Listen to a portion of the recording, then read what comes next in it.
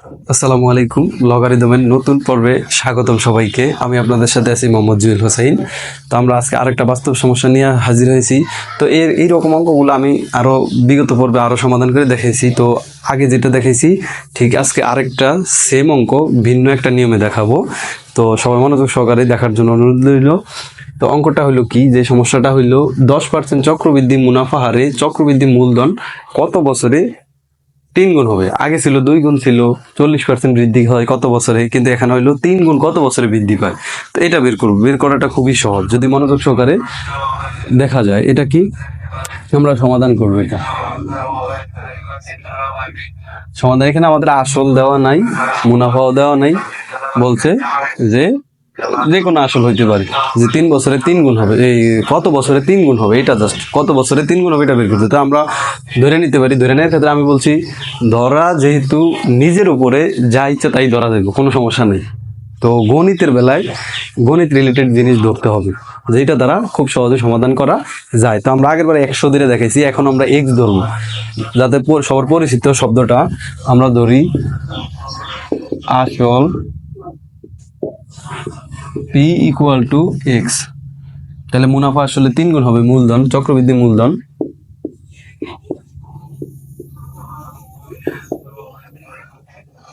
চক্রবৃদ্ধি মূলধন হলো এ ইকুয়াল টু 3 গুণ হবে, তার মানে 3x।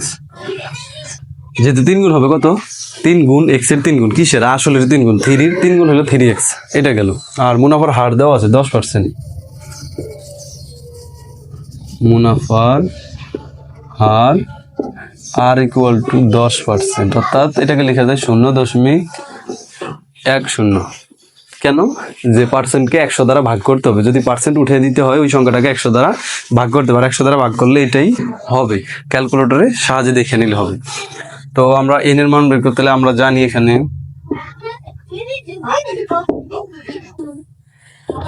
আমরা এখানে আরেকটু বলতে পারি যে এন বছরে 3 গুণ হবে। কি বলতে পারি? চক্রবৃদ্ধি মূলধন এন বছরে, এন বছরে চক্রবৃদ্ধি মূলধন এ ইকুয়াল টু 3 গুণ। তার মানে এন এর মানটা আমরা বের করবো, জাস্ট এইটুকুই। তাহলে আমরা এটা সূত্র জানি কি, A equal to P into 1 plus R to the power N, এটা সূত্র জানি। এখান থেকে আমরা এন এর মান বের করব। তো এর মান আমরা পাইছি কত, 3x, আর পি এর মান পাইছি x, 1 যোগ আর এর মান 0.10 করে এন। এক্সটা আছে গুণাকার, এই পেশা নেই, তাহলে ভাগ হবে। তার মানে 3x এর নিচে এই এক্সটা এখানে এসে এক্স হবে, নিচে হবে, এটা নিয়ম। এরপরে বাকিটা দেখি, এখানে কত 1.10, তারপর হইলে এন। তো এই এক্স আর এক্স কাটা গেলে এখানে 3 থাকে। তো আমরা দুই পাশে লগ নিয়ে নিই, দুই পাশে আমরা এইটুকু এখানে দেখাই, দুই পাশে লগ নিয়ে নিই, বা আরেকটা লাইন করি, এখানে 3 ইকুয়াল টু 1.10, তার উপরে এন। তাহলে লগ যদি নেই, লগ 3 ইকুয়াল টু লগ 1.10 উপরে এন। তো লগারিদমের যে নিয়মটা আছে, পাওয়ার থাকলে পাওয়ারটাকে সামনে নিয়ে আসা যায়। তো আমরা এটা সামনে নিয়ে আসবো। এখানে হলো log 3 equal to N log 1.10।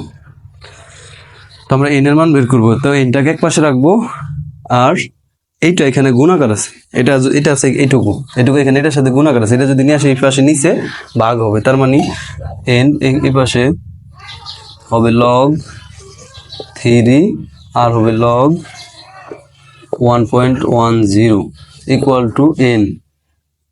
তো এন এর মানটা আমরা ক্যালকুলেটরে সরাসরি বসাই দিব, ক্যালকুলেশন করে আমরা সরাসরি ক্যালকুলেটরে বসাবো। দেখি কত আসে এন এর মান।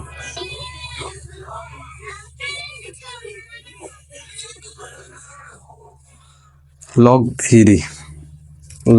3 ভাগ লগ 1.10 আসতেছে 11.526 সামথিংও আসতেছে।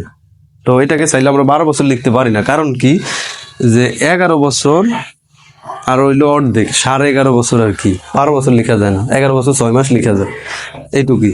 কত 11 বছর, 11.5 দিয়ে এত বছর, অর্থাৎ 11 বছর 6 মাসও লিখতে পারি। তো আমি আশা করি যে সহজে বুঝতে পারছেন। ভিডিও ভালো লাগলে আমাদের সাথে যুক্ত হন, আমাদের পেজের সাথে ফলো করে দেন। আর ইউটিউব চ্যানেল থেকে যারা দেখতেছেন তারা ইউটিউব চ্যানেলটাকে সাবস্ক্রাইব করে দেন, কারণ পরবর্তীতে এভাবে আমরা প্রত্যেকটা অষ্টম শ্রেণী, নবম শ্রেণী, দশম শ্রেণীর ক্লাসগুলো আমরা ধারাবাহিকভাবে নিব এই গ্রুপ ইজি ম্যাথ টেকনিক এই চ্যানেলটাতেই। তো ধন্যবাদ সবাইকে, আসসালামু আলাইকুম।